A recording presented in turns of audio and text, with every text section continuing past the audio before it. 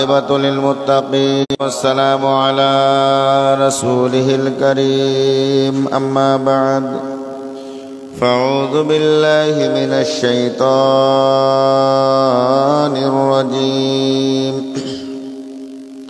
بسم الله الرحمن الرحيم واعبدوا الله ولا تشركوا به شيئا وبالوالدين إحسانا الآية صدق الله المولى العظيم وصدق رسوله النبي الأمين المتين الكريم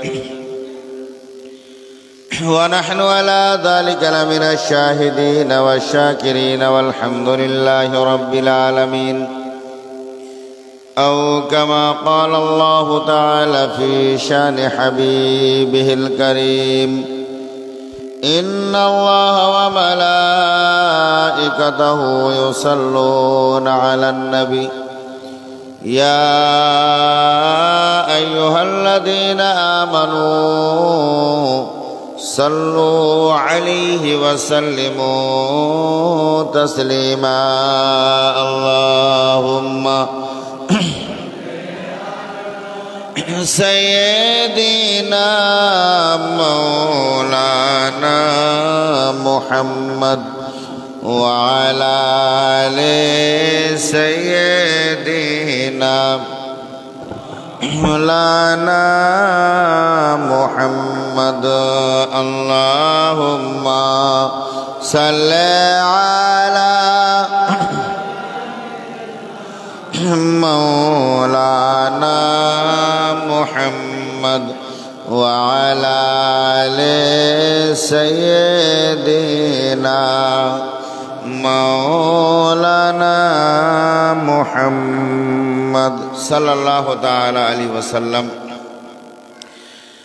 ব্রাদারান ইসলাম যাবতীয় তারিফ প্রশংসা সে আল্লাহর যিনি এক ও দ্বিতীয় পরে পরে নবী মুস্তাফা সাল্লাল্লাহু তাআলা আলাইহি ওয়াসাল্লামের উপরে শত সহস্রবার শান্তির ধারা বর্ষিত হোক সকলেই বলুন আল্লাহুম্মা আমিন।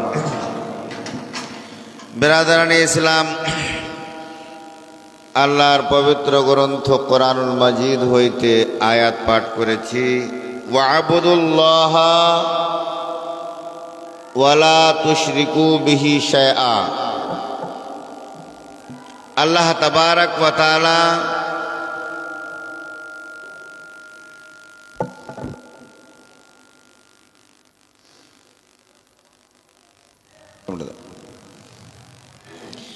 আল্লাহুম্মা সাল্লি আলা মাওলানা মুহাম্মদ ওয়া আলা আলি সাইয়্যিদিনা মাওলানা মুহাম্মদ সাল্লাল্লাহু তাআলা আলাইহি ওয়াসাল্লাম। যে আয়াত পাঠ করেছি সে আয়াত সম্পর্কে বলার পূর্বেই একটি কথা এটা হচ্ছে যে প্রতি জুমাতেই ইনশাআল্লাহুল আজিজ কিছু হাদিস কিছু কোরআনের কথা আপনাদের শোনাই।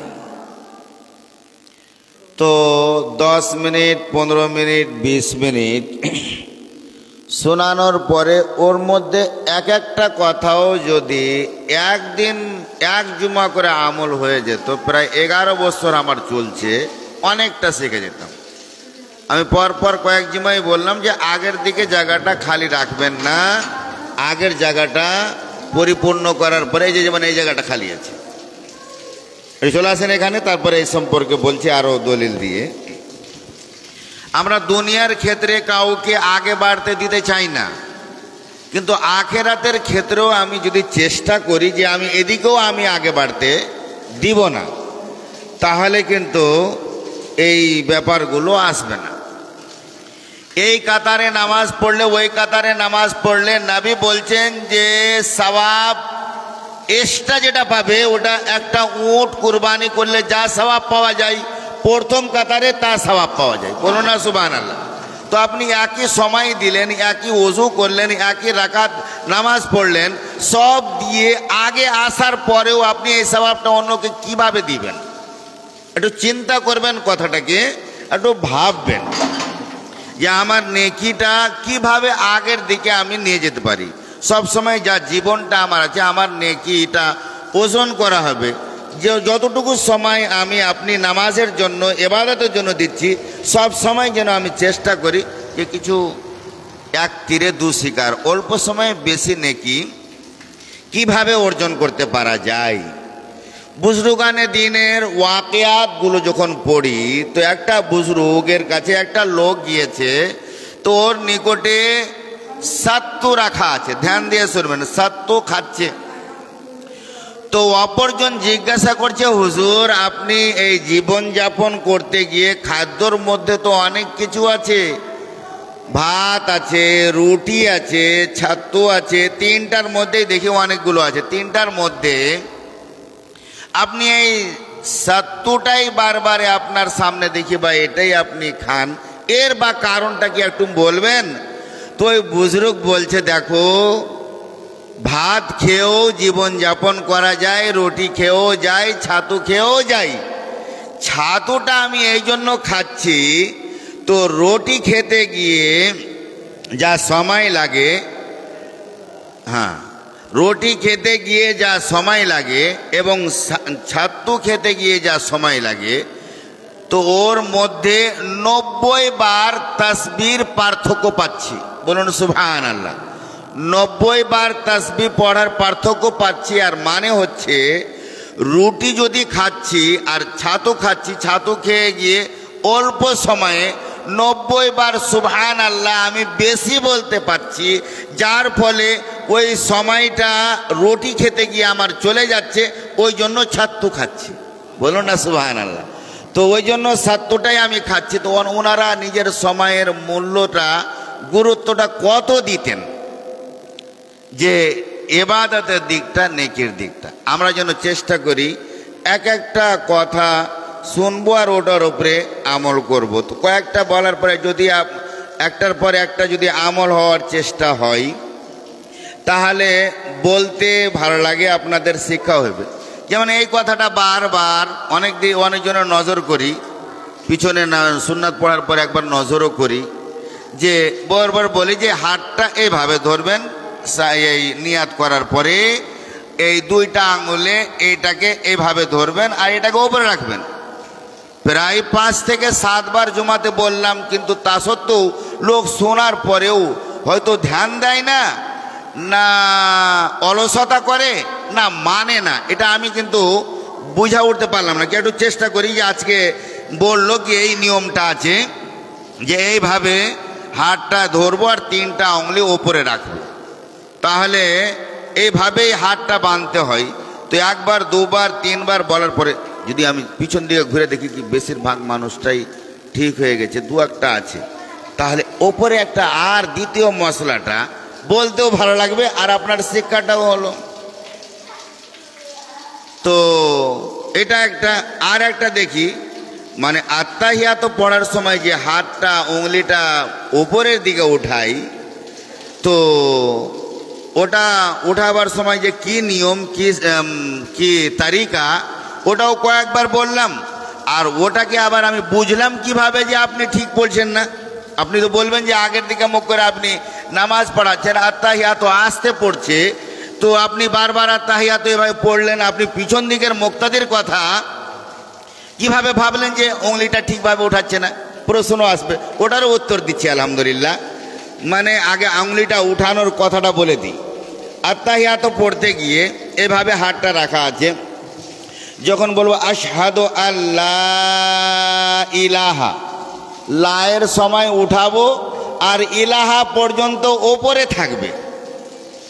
ইলাহা পর্যন্ত লায়ের সময় উঠালাম আর অঙ্গগুলো সোজা ছিল। যেমনই বলবো আশহাদু আল্লাহ ইলাহা, সবটা আঙুলে মুনে গেছে, এভাবে লা ইলাহা পর্যন্ত ওপরে থাকবে।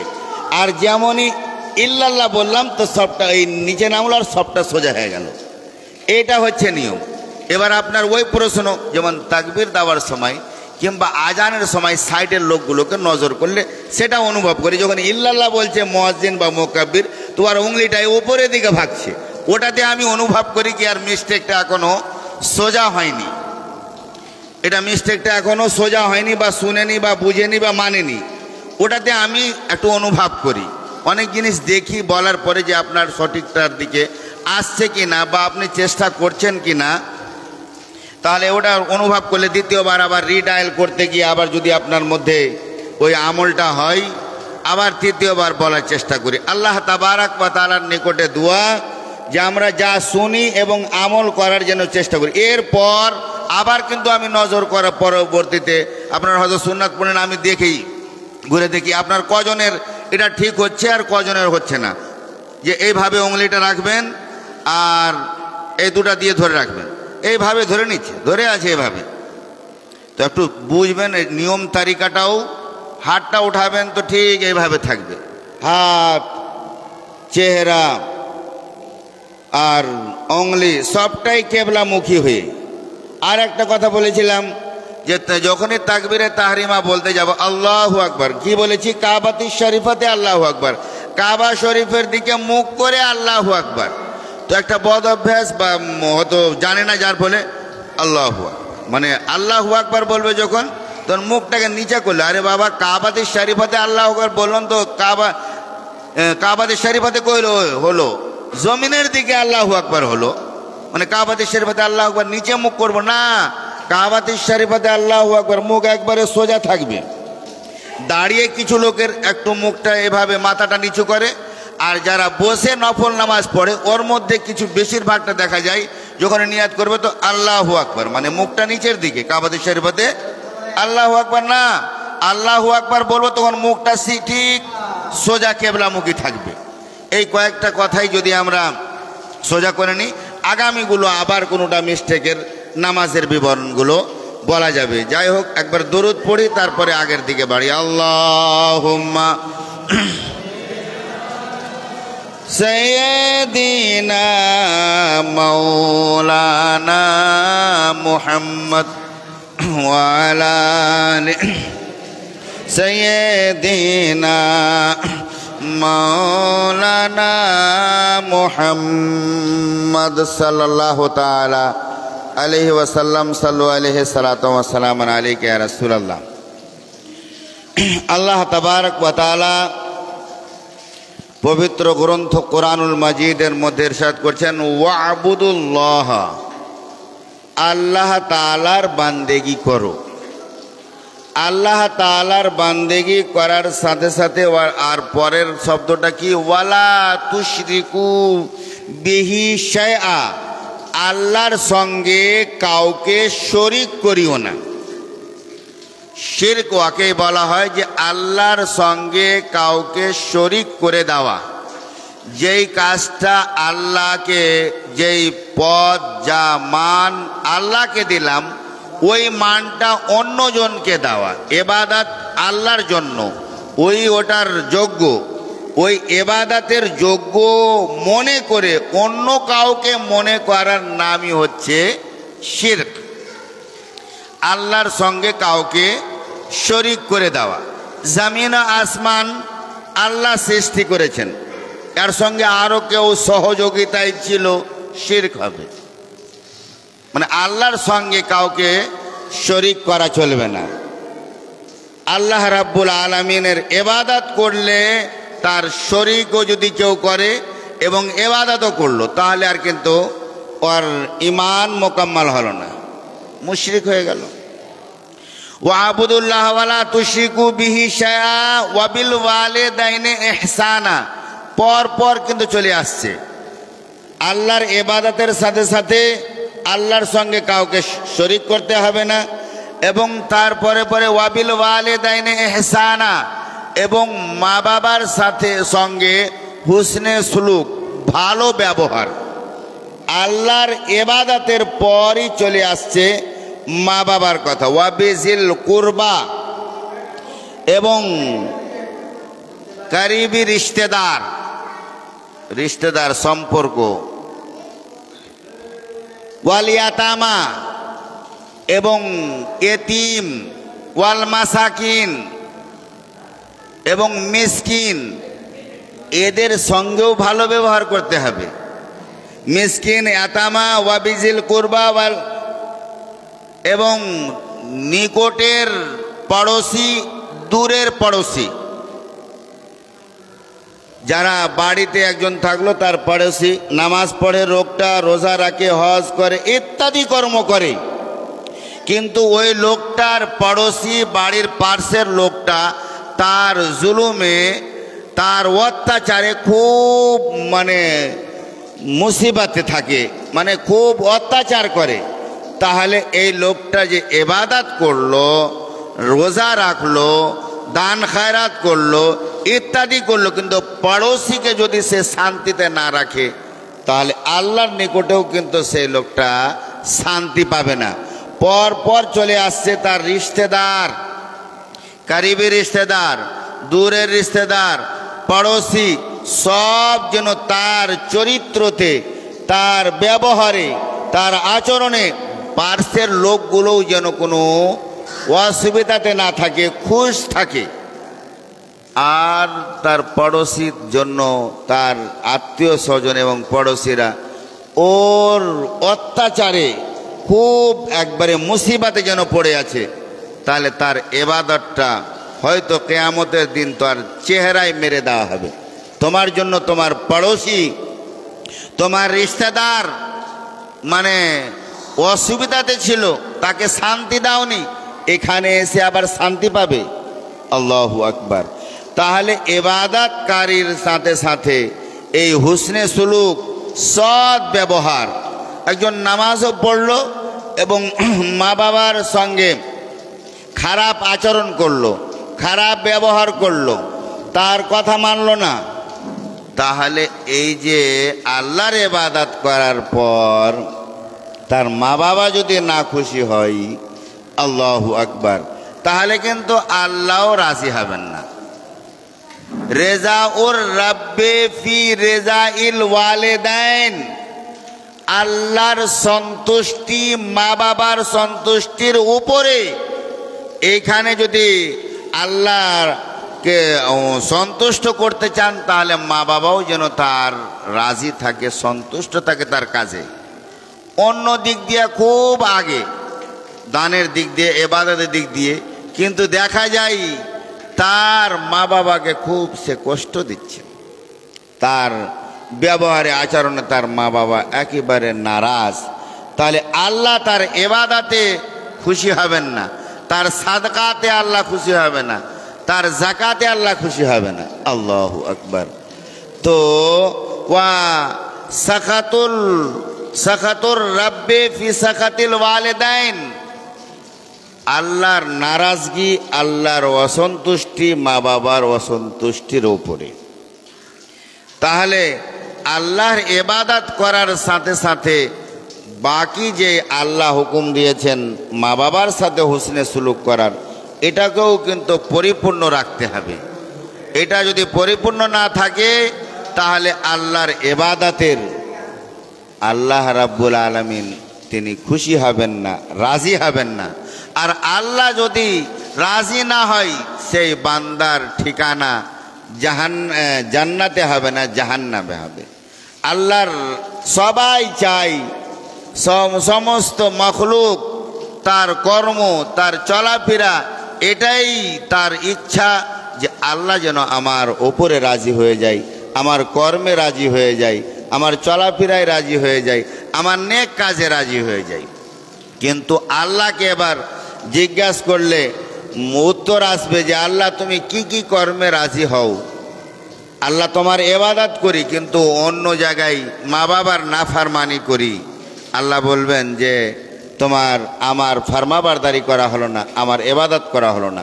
আমার ইবাদতের সঙ্গে সঙ্গে আর যেগুলো পড়োশির, তার যে হামসায়া, তার সাথে হুসনে সুলুক করতে হবে, সেই সাইডটাও দেখতে হবে।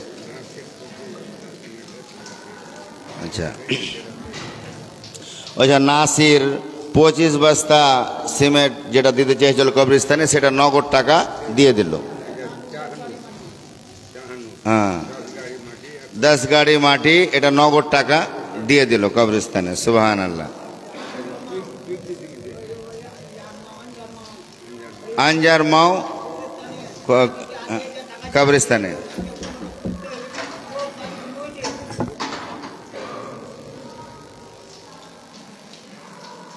বসো বসো, বেশি